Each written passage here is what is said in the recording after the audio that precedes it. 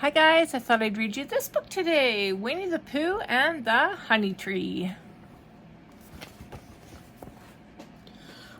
One sunny morning in a little house somewhere deep in the 100-acre wood, a very round bear named Winnie the Pooh was touching his toes. He was breathing deeply when all of a sudden he felt his tummy rumble. "Oh my," said Pooh, "this exercising is making me hungry." Pooh hurried to the cupboard and got out his honey pot, but he had already eaten all the honey for breakfast. "Bother," said Pooh, "there's nothing left but the sticky part." But since the sticky part was better than no honey at all, Pooh stuck his nose into the pot as far as it would go and licked up the last little patches left at the bottom. While his head was deep inside the pot, Pooh heard buzzing around his ears. "That buzzing means something," Pooh said, his voice echoing inside the honey pot. Pop! He pulled his head out just in time to see a bee fly out his window. "Oh," said Pooh, "a bee. And where there are bees, there is usually honey." Pooh followed the bee through the 100-acre wood until he came to the foot of a very tall tree. When he looked up, he saw the bee buzzing around a hole in the tree. "Honey," said Pooh, and he began to climb. He climbed and he climbed all the way up the tree until he reached a branch right next to the hole.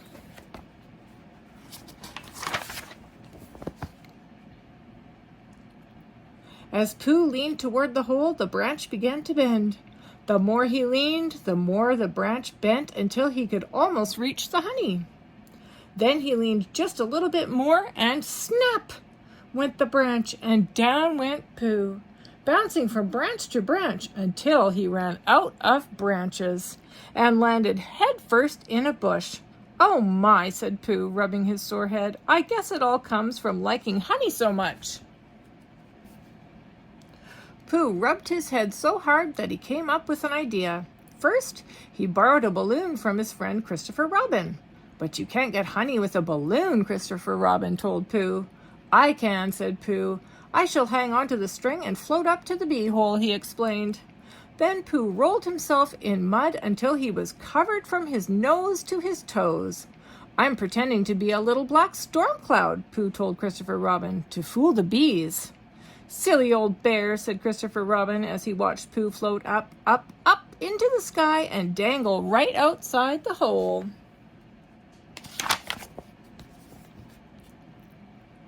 Pooh reached in and pulled out a paw full of golden honey, but the bees began to buzz suspiciously around his head.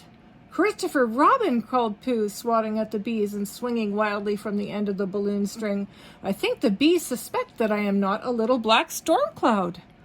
All of a sudden, the balloon string loosened and the balloon began to lose air.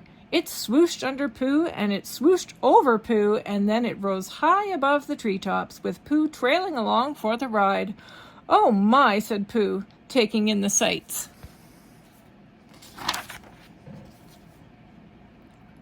Then the balloon had no more air at all, and down Pooh went, landing right on top of Christopher Robin. "Oh dear," said Pooh, shaking his head. "I guess it all comes from liking honey so much." By then it was lunchtime, and Pooh was hungrier than ever. So he sat down to think, and he thought first about honey, and then about Rabbit, because Rabbit always had some honey in his house. Pooh hurried to Rabbit's house and invited himself in.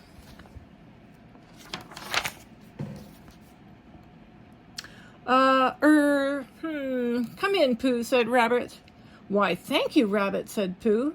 "How about some lunch?" Rabbit asked, knowing perfectly well that Pooh's answer would be, "Would you like condensed milk or honey on your bread?" "Both," Pooh answered politely. "But never mind the bread," he added.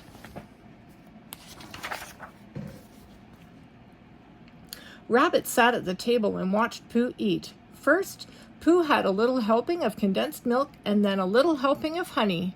Then he had another helping of condensed milk and another helping of honey. Pooh ate and ate and ate and ate.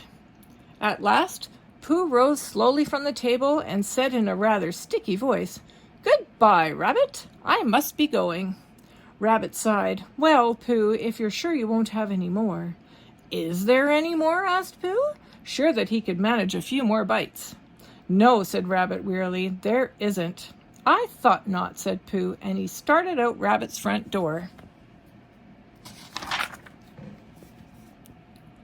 But just when Pooh's head had reached the outdoors and his feet were still dangling indoors, his middle got stuck in the middle. Pooh tried to go out. He tried to go in, but he could do neither. Bother, said Pooh. It all comes from not having a big enough front door. Nonsense, said Rabbit sharply. It all comes from eating too much. And off he went, hurrying out his back door to fetch Christopher Robin. Now there was nothing for Pooh to do but wait. He looked at the trees blowing in the breeze. He watched the clouds sailing by in the blue sky.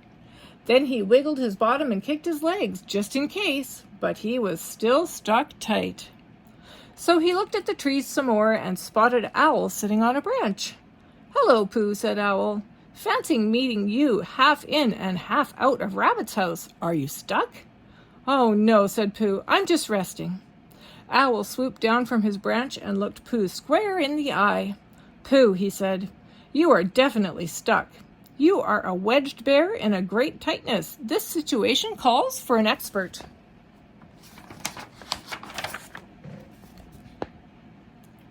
Did somebody say expert? Asked a gopher who just happened to pop out of the ground at that very moment.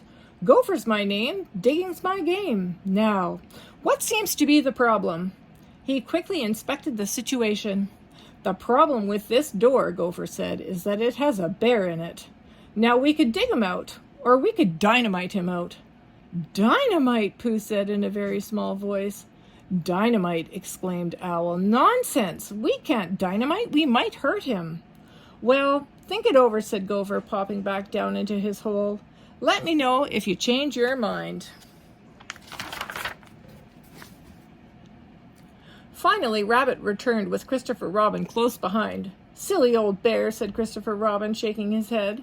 Then he took hold of Pooh's paw, and Rabbit took hold of Christopher Robin's shirt, and they pulled and pulled and pulled. But Pooh was still stuck tight. Pooh Bear, said Christopher Robin, there is only one thing to do. We will have to wait for you to get thin enough to slide out Rabbit's front door.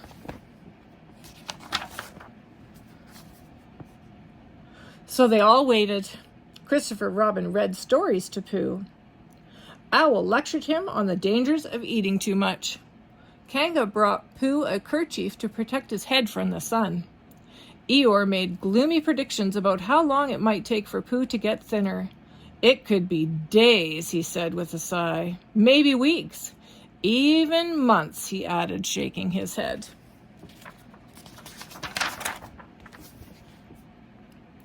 After some time had passed, Rabbit grew tired of seeing Pooh's bottom and legs where his front door used to be. He decided to turn Pooh into something better to look at. First, Rabbit wedged a picture frame around Pooh and put a lace doily on Pooh's bottom. And now for a little dash of color, he said, setting a flower pot on top of the doily, on top of Pooh. Next, Rabbit found 2 branches that looked like antlers and poked them into the frame. Then, with a paintbrush, he began to paint a moose face right on Pooh's bottom. But the paintbrush tickled, and Pooh began to wiggle, which turned Rabbit's moose mouth into a squiggly line. For a finishing touch, Rabbit found a board and put it across Pooh's legs like a shelf. Now that's more like it, he said, arranging some knickknacks on his new shelf.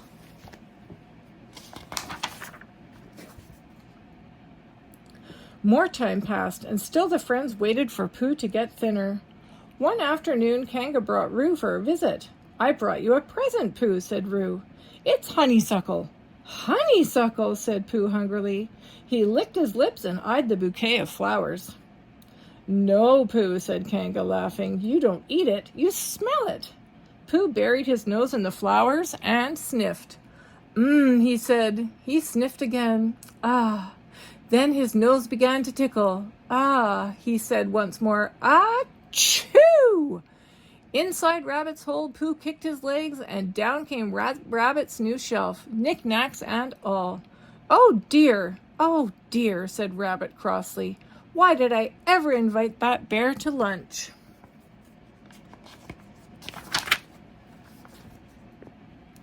That night, Pooh was awakened by Gopher, who popped up to eat his midnight lunch. Pooh watched hungrily as Gopher ate. When Gopher took a honey pot from his lunchbox, Pooh just couldn't stand it any longer. "Please, Gopher," he pleaded, "could you spare a small smackerel of honey?" Inside, Rabbit heard voices. Why, he was sure he had just heard someone give Pooh some honey. Honey that would make him fatter and keep him stuck in Rabbit's front door even longer.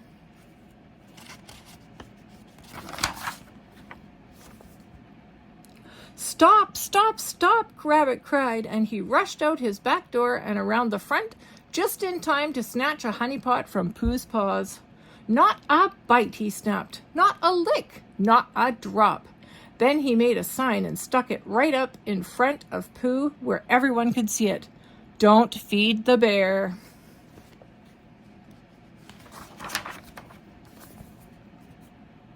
The next morning, Rabbit was busy tidying up. He mopped his brow and leaned against Pooh's bottom to rest, and Pooh moved.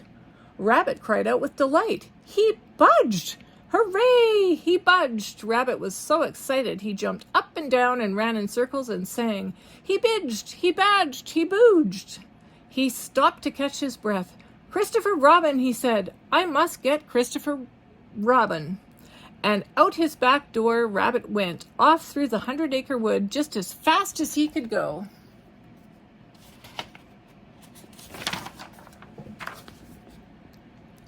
Before Pooh even knew what was happening, along came a parade of his very good friends. Rabbit ran into his house and began to push Pooh's bottom. Christopher Robin ran to the door, grabbed Pooh's paws, and began to pull. Kanga grabbed Christopher Robin, Eeyore grabbed Kanga, Roo grabbed Eeyore, and they all pulled as hard as they possibly could. Just when they were beginning to think that perhaps Pooh hadn't budged at all, Rabbit backed up in his living room as far as he could go and ran across the floor as fast as he could run and threw himself at Pooh's bottom as hard as he could throw himself. Pop! Pooh flew out the doorway like a cork from a bottle and sailed across the grassy place in front of Rabbit's house, straight toward another honey tree. He landed headfirst right inside the hole in the tree. Bzzz! Pooh's sudden appearance startled the bees, and they flew out of the tree and far away over the treetops. Winnie the Pooh considered his new surroundings. Everywhere he looked, he saw delicious, delightful, mouth-watering honey. "Don't worry, Pooh," called Christopher Robin from way down below. "We'll get you out." "Take your time, Christopher Robin," said Pooh. "Take your time." Wow, look at all of that honey. What a silly bear. That was a great book, a little bit longer than my usual one, but I hope you like it. Have a good day.